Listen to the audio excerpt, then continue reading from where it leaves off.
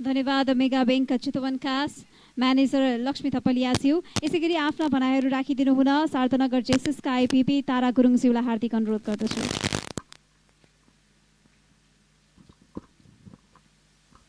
Thank you बहिनी। यस कार्यक्रमको प्रस्तुता अति नै मिठो बोली अनि सबैलाई मक्ख बनाउने लट्ठाउने त्यो मिठो बोलीको प्रस्तुता ज्यू। हट्यो सारा हिलो मैलो हराए पानीको वर्षा, हट्यो सारा हिलो मैलो हराए पानीको वर्षा। देशैभर चलेको छ अन्तर्राष्ट्रिय नारी दिवसकै चर्चा, देशैभर चलेको छ अन्तर्राष्ट्रिय नारी दिवसको चर्चा। जता जाउँ त्यतै भन्छन् नारी दिवस आयो, नारी दिवस आयो। जता जाउँ त्यतै भन्छन् नारी दिवस आयो, नारी दिवस आयो। त्यही राष्ट्रिय चर्चाले सारा सङ्कट बिर्सायो। आजको यस अन्तर्क्रिया कार्यक्रमको सभापति महोदय, सक्रिय नारी हस्ती कालिका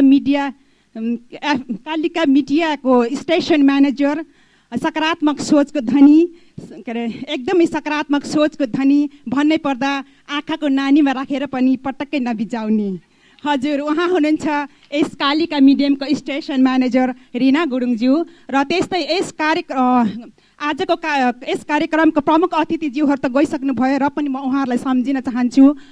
मनमा इमान्दारी, मस्तिष्कमा समझदारी र काँधमा नेपालको कानुन बनाउने यस्तो गरिमामय जिम्मेवारी लिएर देशकै कानुन बनाउनको लागि कम्मर कसेर लाग्नु भएको यस कार्यक्रमको दुई प्रमुख अतिथिज्यू माननीय विष्णुमाया परिवार र माननीय अञ्जनी श्रेष्ठज्यू। र क्रियाशील हुनु भनेको बाँच्नु हो, बाँच्नु भनेको जीवनमा केही गर्नु हो। यिनै अन्तर्निहित धारणाहरूलाई अघि सार्दै अघि बढ्नुहुने यहाँ सम्पूर्ण उपस्थित एकदम सक्रिय हस्तीहरू, एकदमै महान हस्ती दिदीहरू त गइसक्नु भयो र सम्पूर्णले उहाँहरूलाई पनि सम्झिन चाहन्छु। र म तारा गुरुङको तर्फबाट सबैलाई शुभकामना अनि हृदयदेखि नमस्कार र जय नारी दिवस भन्न चाहन्छु।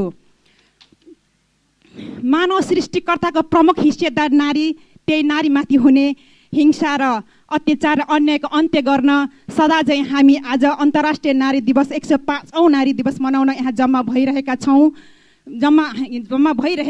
र लाग्छ विधानका पानाहरूमा लेखिएका कानुनका वाक्यहरू होस् या राजनीतिक दलले दिने घोषणा पत्रहरू होस् या समाजका अगुवाईहरूले बोल्ने ती मिठा मिठा महिला हिंसा विरुद्धको आवाजहरू हुन् या सबै सुन्दा, सबै पढ्दा र सबै हेर्दा हामीलाई लाग्छ यो दुनियाँमा, यो संसारमा, यो नेपालमा महिला हिंसा त छँदै छैन, महिलाले अन्याय त भएकै छैन र महिलाले हिंसा त भएकै छैन। तर हेर्नुहोस्, घरभित्र छिर्नुहोस् अनि घरको सङ्घारभित्र छिर्नुहोस्, त्यति बेला एउटा महिलालाई गर्ने बन्देज, श्रीमानले श्रीमतीलाई हेर्ने दृष्टिकोण अनि श्रीमतीलाई गरिने बन्देज प्रति अनि यो ती नारीहरूमाथि गरिने जुन व्यवहार हुन्छ र राजनीतिक दलहरूले बोलेको त्यो वाक्यहरू, शब्दहरू र सम्पूर्ण राजनीतिक दलका र अगुवाईहरू, सामाजिक क्षेत्रमा अगाडि सरेका अगुवाईहरूले बोलेका ती वाक्यहरू लाग्छ हामीलाई कुनै चलचित्रमा फिल्मको लागि अभिनय गर्नको लागि स्क्रिप्ट लेखेको जस्तो लाग्छ हामीलाई। तसर्थ आज हामी 105औं नारी दिवस मनाइरहेको सन्दर्भमा 105औं नारी दिवस मनाइरहेको सन्दर्भमा नारी र पुरुषको बीचको खाडलको दूरी म तपाईहरूलाई एउटा उदाहरण दिन चाहन्छु।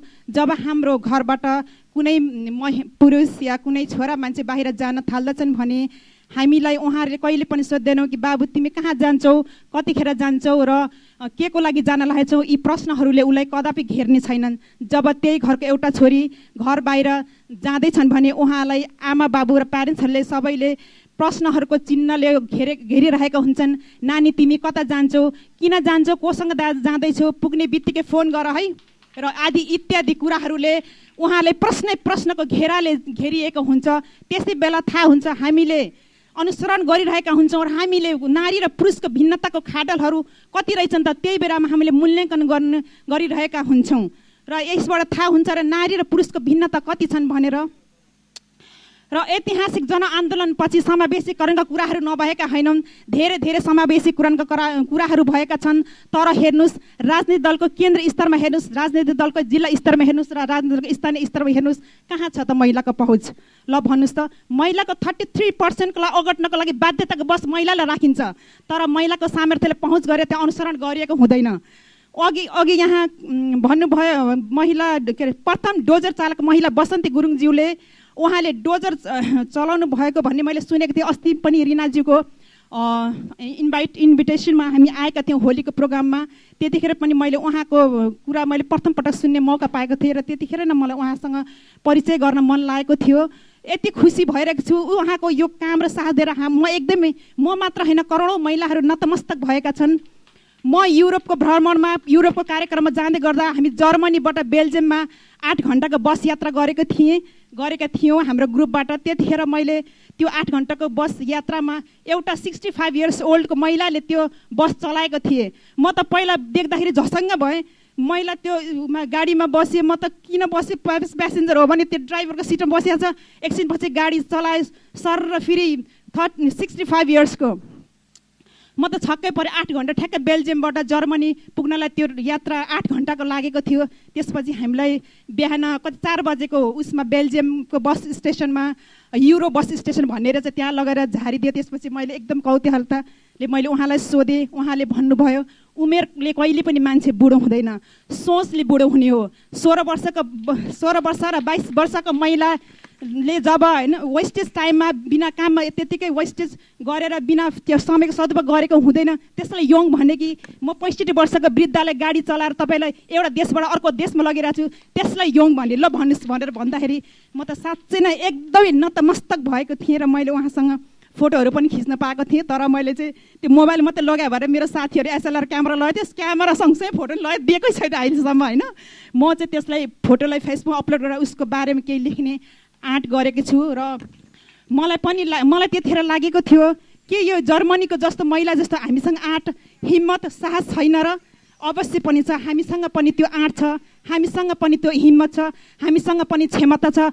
तर यति छैन, हामीसँग सुरक्षा कहाँ छ? त्यस सुरक्षाको कारणले गर्दा हामी आज पछाडि परिरहेका छौँ। त्यहाँ त देखेँ मैले महिलालाई मात्र के सम्मान, प्रत्येक व्यक्तिले सम्मान, लेबरलाई सम्मान, काम गरेको न कामको ठुलो न कामको सानो, लेबर होस् या माथि हाई पोस्टको मान्छे होस्, मतलब छैन। सिर्फ त्यहाँ कामलाई र मेहनतलाई, इमान्दारलाई मात्रै सम्मान गरिन्छ, न कि कुनै व्यक्तिलाई। र त्यसकारण तर आज मैले यति धेरै महिला हस्तीहरूको उपस्थित हुँदाखेरि मलाई त लाग्यो यति धेरै यस्ता ट्यालेन्ट महिलाहरू, यस्ता हस्तीहरू हुँदाहुँदै पनि हामी किन हिंसामा छौँ, हामी किन पीडितमा छौँ? साँच्ची नै हो। मलाई त त्यो बेल्जियमको त्यो घटना, त्यो जर्मनीको घटना देख्दाखेरि अचम्मै क्युरियोसिटी भएर आएको थियो होइन। हामी पनि त एजुकेटेड छौँ, पढे लेखेका छौँ, हामी पनि त बोल्न सक्छौँ, तर हामी किन पछाडि भइरहेका छौँ त्यो लागेको थियो। तर आज बसन्तीजीलाई जुन के अरे नेपालको पहिलो डोजर चालकले देख्दाखेरि हामीसँग पनि त रहेछ नि आँट, हिम्मत, साहस हुने महिलाहरू। अब हाम्रो नेपाललाई समृद्ध हुनको लागि कसैले रोक्ने छैन, कसैले छेक्ने छैन भन्दै र फेरि पनि पुनः एकचोटि यस कालिका मिडियालाई थ्याङ्क यू भन्न चाहन्छु। हामीलाई बोलाइदिनु भयो, सबैको अन्तरआत्माको कुराहरू सेयर गर्ने मौका पायौँ हामीहरूले। र आदरणीय दिदीहरूको उहाँहरूको सक्सेसफुल, उहाँहरूको सफलताको जुन कुराहरूले पनि हामीलाई एकदमै पोजिटिभ एनर्जी गेन गर्ने मौका पाएँ। त्यसै कारणले रिनाजीलाई र कालिका मिडियालाई थ्याङ्क यू भेरी मच गर्दै म आजको यस अन्तर्क्रिया कार्यक्रमको 200 यहीँ टुङ्ग्याउन चाहन्छु। ल नमस्कार अनि जय नारी दिवस। Thank you very much.